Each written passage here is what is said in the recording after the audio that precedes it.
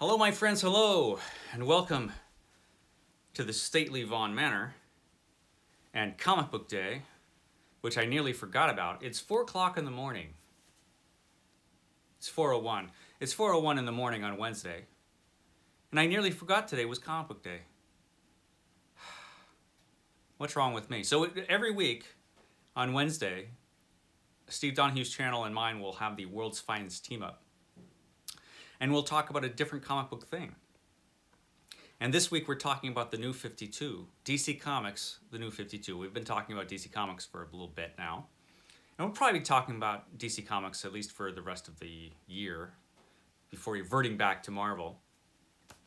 But I wanted to talk a little bit about the New 52, which was something that happened 10 years ago at DC Comics. DC Comics decided that they weren't selling enough comics. And so they decided to have a big event type thing, a company-wide makeover of the comic books that they produced.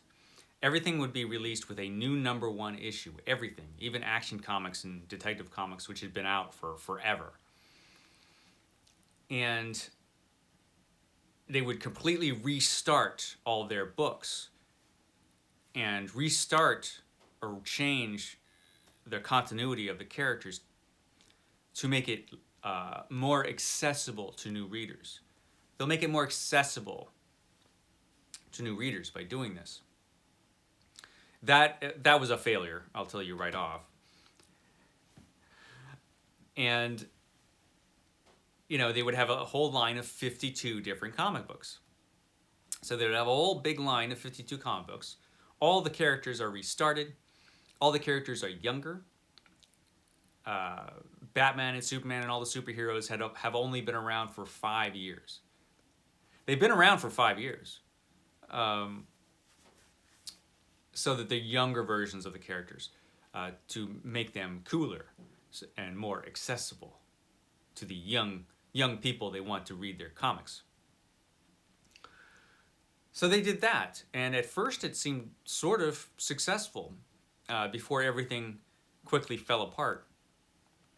I wanted to talk about it just because it was such a weird thing, and it kind of shows some of the things that are wrong with comic books nowadays, I think. I hate to be the grumpy old man griping about what's wrong in the world today, but in comic books at least, this clearly showed some of the things that were wrong. The problem with this whole fiasco was that the people who are actually doing the comic books, writing the comic books, they didn't have a clear idea of what these characters' new histories were. They didn't just start the characters from the beginning. If they had done that across the board, it would annoy most of us fans who enjoyed the old stories. But at least it would be consistent and it would make sense. But they didn't do that. They wanted to keep some of the characters' histories because these characters are beloved characters and a lot of their stories are well loved by us fans. They wanted to keep some of the history, but yet make them younger and cooler.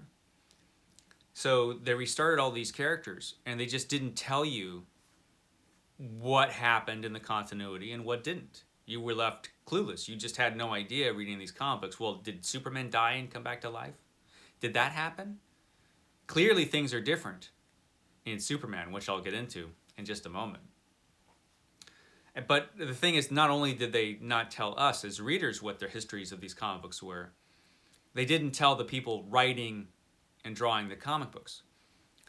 So you had comic books that were just kind of across the board, all of the comic book characters seem to have different histories. And in some cases, they seem to live in a different reality than other superhero characters in the same line of comic books. It was confusing and strange. And probably that is best exemplified by this character. My favorite character from DC Comics is Superman. This is the new 52 version of Superman. He's got space armor.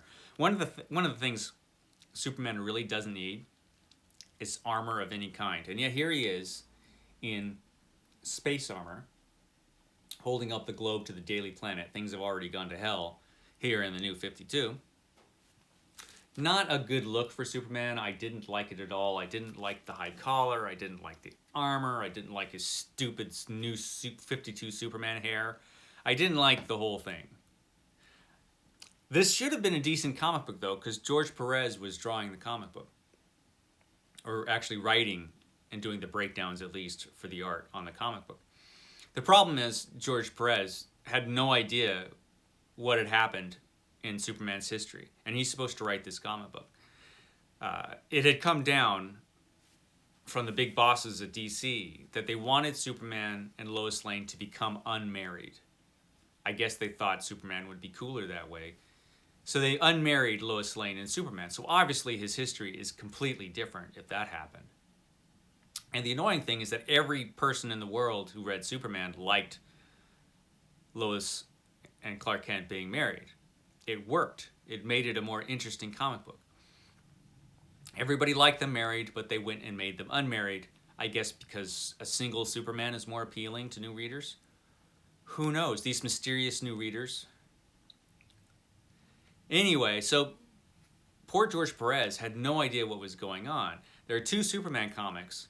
He's doing one of them. The other one is being done by the incomprehensible Grant Morrison. He's working on Action Comics, and he's doing the origin of Superman at the same time the modern day stories are happening.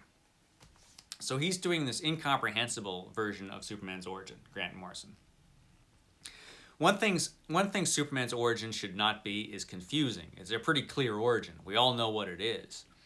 So you don't have to make everything strange and weird. But it's Grant Morrison, so he did. He made everything strange and weird in Superman's origin.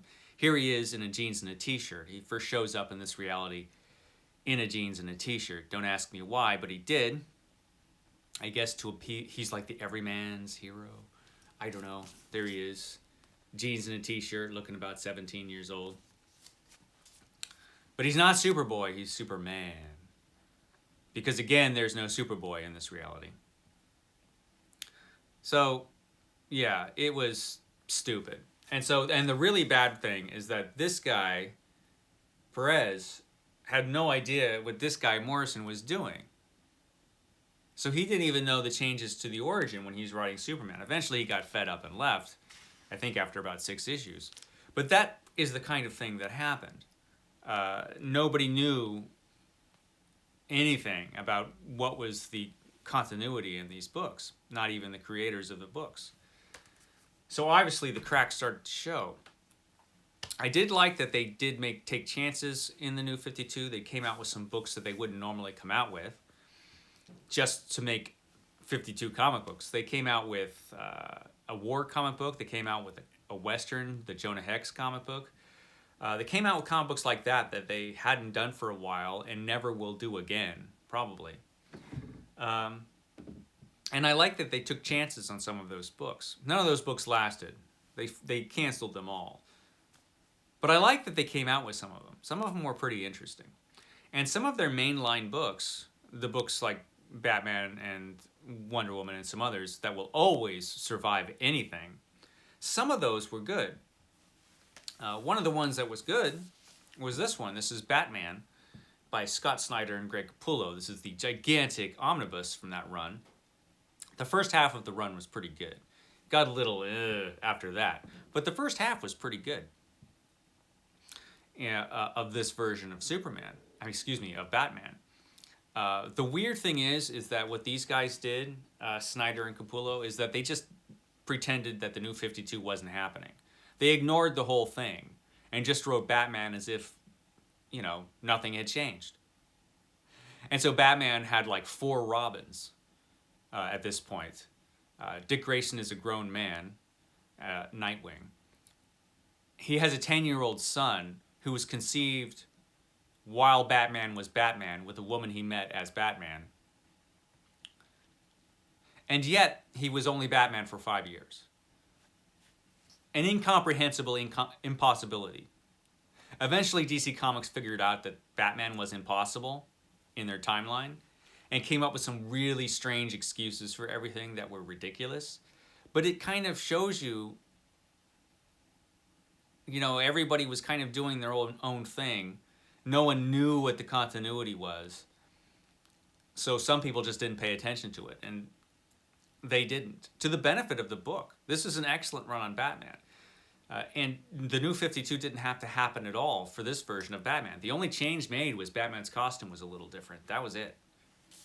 Otherwise, it was like the New 52 didn't happen.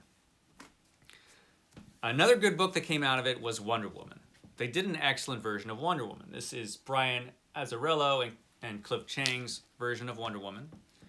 Really interesting version of Wonder Woman and a really good comic book. Has some interesting art in it. It plays up on her history with Greek mythology. You have a bunch of characters from Greek mythology in this comic book. And the artwork is really good through most of it. Not all of it is done by Chiang, but all of it was pretty good in this comic book. And it tells a really interesting story. So Wonder Woman was actually really good during this period, which is why I have this giant book. So it was really interesting. Again, you probably could have told this story without the New 52 happening. But there you go. Another good comic that came out around this time was Aquaman. This is by G.F. Johns, Omnibus. Aquaman at this time was really, really good. It was an excellent version of Aquaman. Again, the artwork on this is done by a few different people, but it's really, really good all the way throughout. Tells a really good Aquaman story. Not the Aquaman we're familiar with nowadays. That movie Aquaman, who's really not a lot like Aquaman at all. But, it's an excellent comic book. They did a good job on Aquaman. Again, the New 52 didn't have to happen for this to happen. I mean, they could have not changed continuity at all and had this book. A couple other good books that I liked a lot from this period. One was Animal Man, which was, of course, canceled later on. Was a horror book. Excellent horror book. It's like a superhero horror story, which is cool. Animal Man, the guy with animal powers. Animal Man was always kind of an interesting book. And this is a really cool and creepy version of Animal Man. Has some fantastic art in this one. Some of the imagery is just really strange. You've got some weird stuff happening in this book. A lot of it is just really creepy. I enjoyed this quite a bit. So this was one of the better things to come out of the New 52. And its story tied in a lot with the story in Swamp Thing. The Swamp Thing version, the New 52 Swamp Thing, was really, really good as well. An excellent horror comic book with really good artwork throughout. Interesting stories. It was an interesting take on Swamp Thing. This was also done by Scott Snyder, the guy who was doing Batman. But things were changed in this one. They changed a lot from the Alan Moore version. They took a lot, but they changed a lot. And in so doing, they made an interesting book. So I liked Swamp Thing at this time. I thought it was pretty good. This was a pretty good version of Swamp Thing. So Swamp Thing. Swamp Thing was good. I was happy about that, at least. One of my favorites from this time, this last book that I'll show from the New 52, would be their version of The Flash by Francis Manapul and Brian Buccellato. I can't pronounce anything. But it's an excellent version of The Flash. Now, The Flash is usually pretty good. In fact, it's always pretty good, The Flash. Even the New 52 couldn't screw up The Flash. This was an interesting Flash comic. Really great artwork in this comic. Really cool art style throughout. And it was an excellent version of the Flash. And this was the Barry Allen Flash. There's a couple Flashes out there. This is the original Barry Allen version. A lot has changed in the Flash's history. He meets Gorilla Grodd, for example, for the first time in this. So obviously the Flash's history is changed. Again, we have no idea exactly what has changed. But this book at least feels a lot like The Flash. Superman, I don't know what that was. But The Flash feels like a Flash comic book.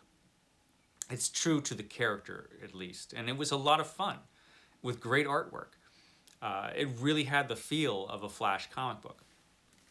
The annoying thing at this time was that the continuity of the comic books was just so screwed up. It basically made everything, you didn't know what happened and what didn't. That was the annoying thing as a reader. It must have really been annoying as a writer. I guess in some ways it could free you up creatively, but in other ways it's like, how do you tell your stories if you don't know what happened to your character before you start telling your stories? Eventually the cracks started to show in this whole thing, and the New 52 fell apart and was replaced.